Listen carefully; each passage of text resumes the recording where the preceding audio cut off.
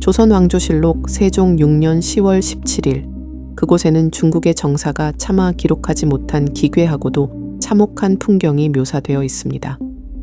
엄마, 나는 갑니다. 엄마, 나는 갑니다. 그녀가 마지막 힘을 다해 부른 이름은 자신을 조선에서부터 보필해온 유모 김흑이었습니다. 무언가 더 말을 남기려 했지만 발밑의 걸상은 가차없이 치워졌죠.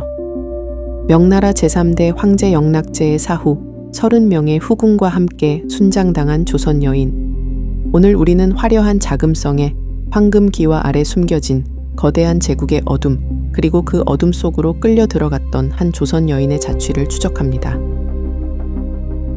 시간을 되돌려 1408년 가을 조선 전역에는 엄격한 금홀령이 내려집니다.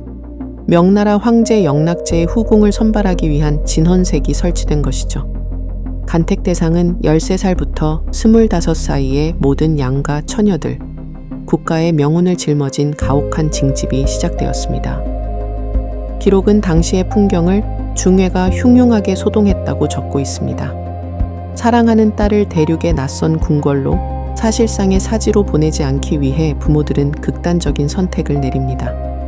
금홀령을 어기고 몰래 혼인을 시키거나 딸의 얼굴에 상처를 내고 머리카락을 자르는 일이 비일비재했죠. 오죽하면 조정에서 다시금 엄명을 내려 지방에서의 혼인을 강력히 금지했을 정도였습니다. 사대 외교를 이어가야 했던 약소국의 현실은 태종 이방원 또한 누구보다 잘 알고 있었을 겁니다. 당시 명나라 사신으로 온 환관, 황엄과 함께 직접 진헌녀를 골랐으니까요. 이 황엄이라는 인물은 평안도 의주 출신으로 전해지며 일찍 부모를 여의고 궁핍한 삶에서 벗어나기 위해 스스로 환관이 되었다는 이야기가 있습니다. 조선의 사정을 잘 알고 있었던 그는 조선을 감시하고 통제하려 했던 영락제에게 더없이 유용한 존재였죠. 황엄은 이후 여러 차례 명예사신으로 조선을 찾았고 영락제의 최측근이라는 권세를 등에 업은 채 오만한 태도로 조선을 압박하곤 했습니다. 1406년 태종실록에 기록된 제주 법화사의 미타 3존 불상을 명으로 가져간 사건은 그의 횡포를 보여주는 대표적 사례로 꼽힙니다. 이런 인물이 진헌녀 선발 과정에까지 관여했다면 당시 백성과 조정이 겪어야 했던 부담과 고통은 실로 상상하기 어렵겠죠. 이 아비규환 속에서 거르고 걸러진 5명. 선발된 이들은 황엄과 함께 명으로 건너가는데 그중 한 명이었던 권씨를 본 영락제는 말 그대로 첫눈에 반하게 됩니다.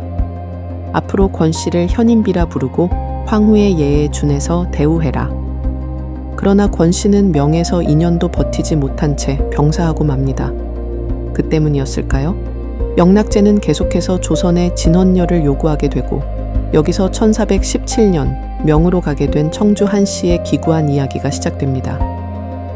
한영정의 딸이자 한화계 누이였던 그녀는 북경 자금성에 입성하고 영락제로부터 여비라는 칭호를 하사받습니다. 빼어난 용모뿐만 아니라 영특한 머리로 황제의 신임을 얻었죠. 그 일화로 함께 명으로 향했던 진헌녀 황씨가 사실은 조선에서 사통했던 남자가 있었고 출발 당시 이미 임신 중이었다는 사실이 드러난 것입니다. 이에 크게 분노한 영락제는 황씨를 뽑아보낸 태종에게 문책하는 칙서를 내리려 했습니다만 태어나서 제 집에만 있던 황씨가 간택받기 전에 무슨 일을 했는지 우리 임금께서 어찌 알 수 있었겠습니까? 라며 여비 한씨는 황제를 설득시켰습니다. 덕분에 사신단 중 한 명이었던 여비 한씨의 남매 한화근 자금성에 발이 묶인 누이 대신 공을 가져가게 됩니다. 작게는 황씨 일가와 사신단들의 목숨을 구한 것이고 크게는 외교 참사를 수습한 것이죠. 심지어 영락제로부터 광록시소경이라는 벼슬자리와 함께 황실 공주와의 혼인을 제안받습니다. 청주 한씨는 원래 명문가이기도 했지만 조선 왕조 역사상 가장 많은 왕비를 배출한 만큼 미색 역시 빼어났습니다.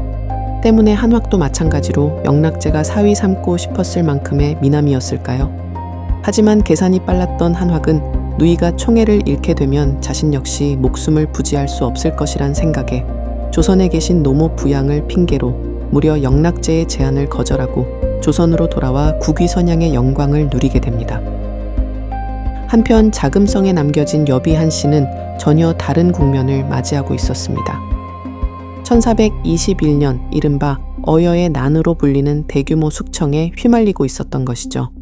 이는 앞서 언급된 권 씨의 죽음과도 맞닿아 있는데 중국인 궁녀 어 씨와 여 씨 사이의 동성 관계 그리고 환관과의 간통에서 비롯된 일이 조사 과정에서 확대되면서 결국 영락제가 첫눈에 반했던 조선의 진언녀 권 씨가 사실은 병사가 아니라 여 씨에 의해 독살되었다는 사실까지 드러나게 됩니다. 이로 인한 영락제의 분노는 광기 어린 학살로 이어졌고 무려 2,800여 명의 궁녀가 형장의 이슬로 사라졌습니다. 이 사건은 그 극단적인 잔혹성에도 불구하고 한나라의 황제로서는 지나치게 충격적인 면모를 드러냈기 때문인지 중국 측에는 관련 기록이 자세히 남아있지 않은 것으로 전해집니다.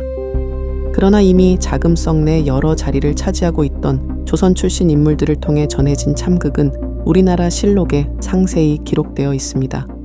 그 일화 가운데 하나로 어차피 죽음을 피할 수 없다고 여긴 어느 궁녀는 황제의 면전에서 이렇게 외쳤다고 합니다. 자기의 양기가 쇠하여 젊은 내시와 간통한 것인데 누구를 허물하느냐. 사실 한 씨가 자금성에 들어갔을 무렵 영락제는 이미 환갑을 앞두고 있었습니다. 노화로 인한 신체적 쇠약과 권비를 잃은 상실감은 한때 이성적이던 황제를 점차 폭군으로 변하게 만든 원인이었는지도 모릅니다. 자금성 곳곳에서 비명이 끊이지 않던 그날 조선에서 온 여인들 역시 이역만리 타국에서 황제의 뒤틀린 자존심을 떠받치는 제물로 희생되어 가고 있었습니다. 어여의 난은 조선 여인을 간택했던 명나라 사신 황엄에게까지 여파를 미쳤습니다. 하지만 사건 당시 황엄은 이미 세상을 떠난 뒤였으므로 영락제는 그의 관을 파헤치게 하고 아내와 가족을 모두 관노로 만든 것이죠. 그리고 조사 과정에서 한 씨 역시 자금성의 냉궁에 감금되어 음식조차 제대로 지급받지 못했습니다. 그러나 이를 가엾게 여긴 환관들이 몰래 먹을 것을 들여보내며 가까스로 목숨을 부지할 수 있었습니다. 하지만 1424년 7월 8일 세종실록에는 명나라를 다녀온 사신들이 황제가 입맛을 돋궈주는 별미식품들을 원한다고 보고되어 있습니다.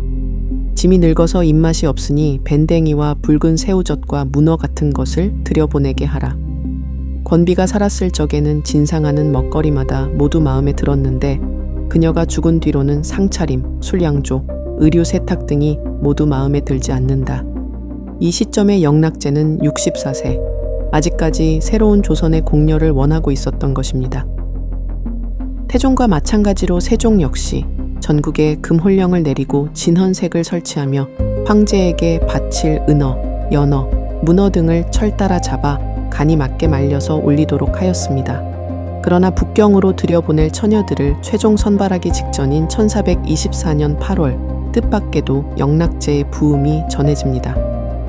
고령의 몸으로 군대를 이끌고 몽골군 토벌에 나섰다가 야전에서 노환으로 갑작스레 생을 마감한 것이죠. 명나라로서는 청천벽력과도 같은 변고였겠지만 세종의 입장에서는 조선의 처녀들을 보내지 않아도 되니 비로소 가슴을 쓸어내렸을지도 모릅니다.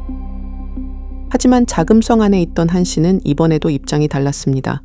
황제의 죽음은 곧 거대한 장례의 시작이었고 그 장례의 가장 잔혹한 의식은 순장이었으니까요.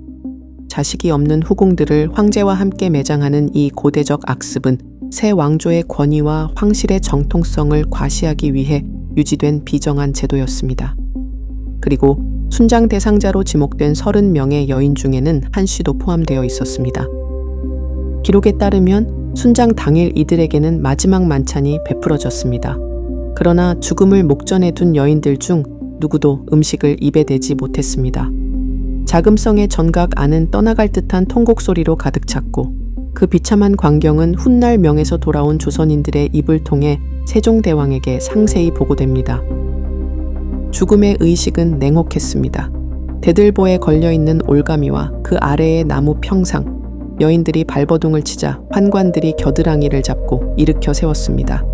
황태자에서 새로운 황제가 된 홍희제가 들어와 이별의 말을 건넸다고 합니다. 이때 한 씨는 새 황제에게 청하여 자신의 유모만큼은 조선으로 돌아갈 수 있게 해달라고 간청하였습니다. 그것이 타국에서 외롭게 버텨온 그녀가 세상에 남긴 마지막 의지였습니다.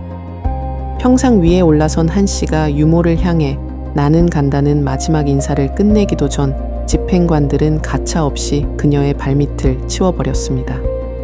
제국의 법도는 여인의 마지막 유언조차 온전히 허락하지 않았죠.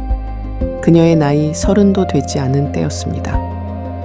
한 씨가 죽은 뒤에도 홍희제는 김흑을 조선으로 돌려보내지 않았습니다. 어여의 난과 그 과정에서 아버지 영락제가 자행한 무고한 살육이 조선에 알려지는 것을 우려했기 때문이죠. 결국 약속을 지키지 못한 홍희제는 김흑을 자금성에 붙잡아둘 명분으로 그녀에게 벼슬을 내리고 태황태후이자 자신의 황후였던 장황후를 모시게 하였습니다. 장황후는 김흑을 후하게 대우하였으나 한 씨를 잃은 뒤 그녀의 삶은 이미 의미를 잃은 상태였습니다. 그리고 1435년 새로 즉위한 황제 정통제는 김흑의 간절한 청을 명분으로 삼아 자금성 안에 머물던 조선인 53명을 고국으로 돌려보내게 합니다. 그러나 그 이면에는 영락제의 학살이 어느 정도 세상에서 잊혀졌다는 판단이 깔려 있었죠. 한 여인이 목숨을 내놓으며 남긴 간절한 부탁마저 끝내 궁정의 이해관계 속에서 이용된 셈이었습니다.